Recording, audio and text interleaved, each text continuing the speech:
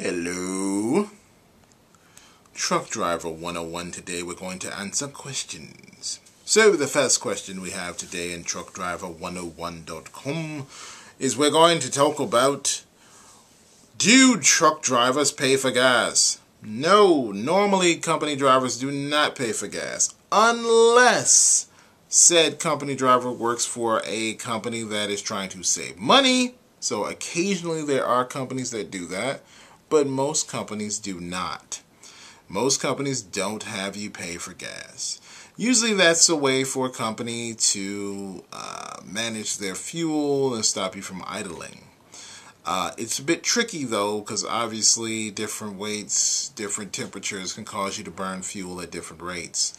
If you are owner-operator, you pay for your own gas normally, unless you got some special situation. But 9 times out of 10, if you're a regular company driver, you do not pay for gas. 2, let's answer another question today. A guy wants to know about Stevens Transport.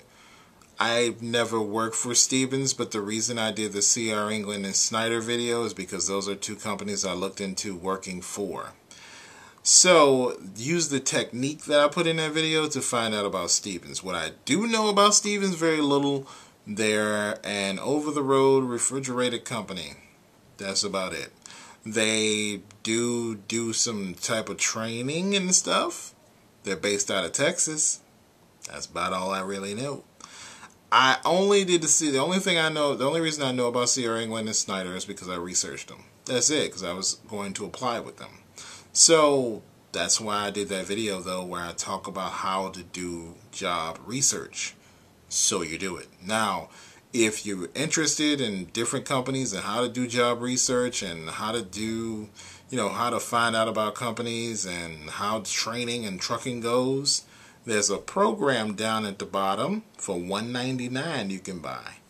Right, but I've already covered that in 100 videos. Yeah, and also someone asked about Warner. I don't work for Warner anymore. So, I can tell you, try to get on a dedicated account. I talk about that all the time. And if you go with Warner, 9 times out of 10, you might have to do teams. They were big on promoting that with a lot of new drivers. There's nothing wrong with teams, but teams don't always equal to money. At the end of the day, it's all about freight in your area. And if you don't have freight, you can forget it. Also, there was a guy who made a comment and said, "You're full of shit because I worked for Warner and 5 hours away and they couldn't get me home." Well, first of all, 5 hours is about 200 and something miles. That's not freight in your area. Okay? That's not freight in your area. If freight in your area means that it's within your area, within a few miles. In other words, when I say freight in your area, let me define this for people. I mean pretty close to your house, within 50 to 60 miles.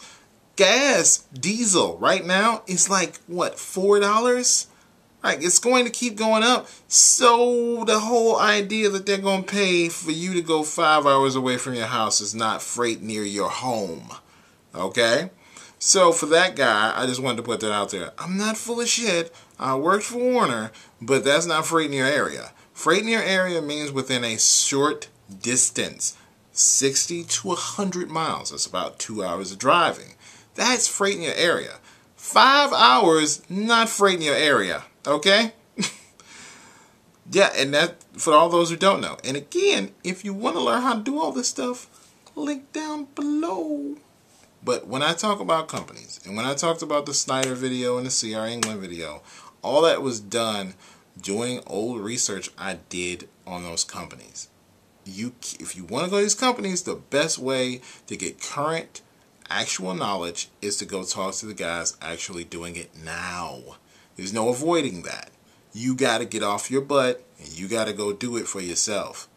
I can give you advice, like Refrigerated right now is going to be pretty good because you're at the big money point. Basically, you're, Thanksgiving in December.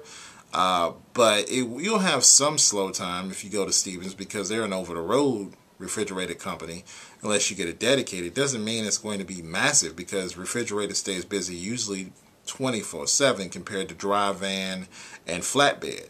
For all the guys doing flatbed, I don't care what company you go to, you need to make sure that they're paying you good layover pay. If they're not paying you good layover pay, you're going to be screwed, because slow time for flatbed is serious. And one more question. A guy asked me about doing oversized loads. Oversized loads is real technical work. You have to know what you're doing. And you got to be really precise, and you got to be a fast worker. If you don't fit in that, if you don't want to do that, you don't want to learn, and you're just looking for a job, or you're just looking for the money, you need to find something else to do. Try car hauling, something like that. Those things are hard working, but you can still go out and make some money without as much work.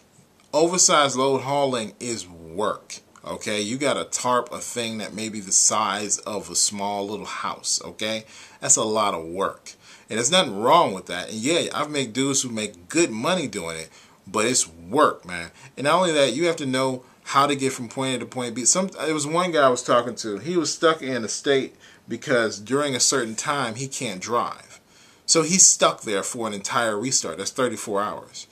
Because there's certain states that you can't drive either at night during certain kinds of storms, and you also can't drive from certain days of the week.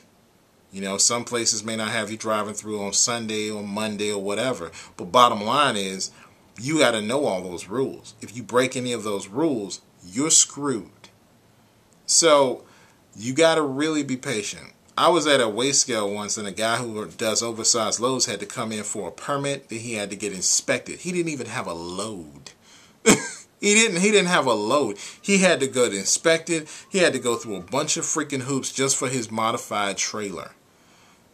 It's a lot of work. That's like next level trucking. You can make money, but you better be willing to go through the crap. And some people aren't. I would say, man, I look at car hauling, I look at tanker and fuel hauling, that kind of stuff, and I might do that better than I do some other stuff, dude.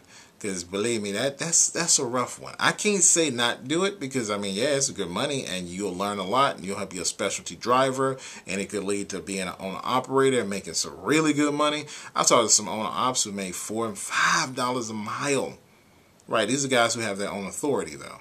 But $5 and $4 a mile for that. But you got to remember, like the guy, I was impressed when he told me. I was like, dang, that's a lot of money. Until he told me his truck gets, sometimes, depending on how heavy the load is, 3 to 4 miles to gallon.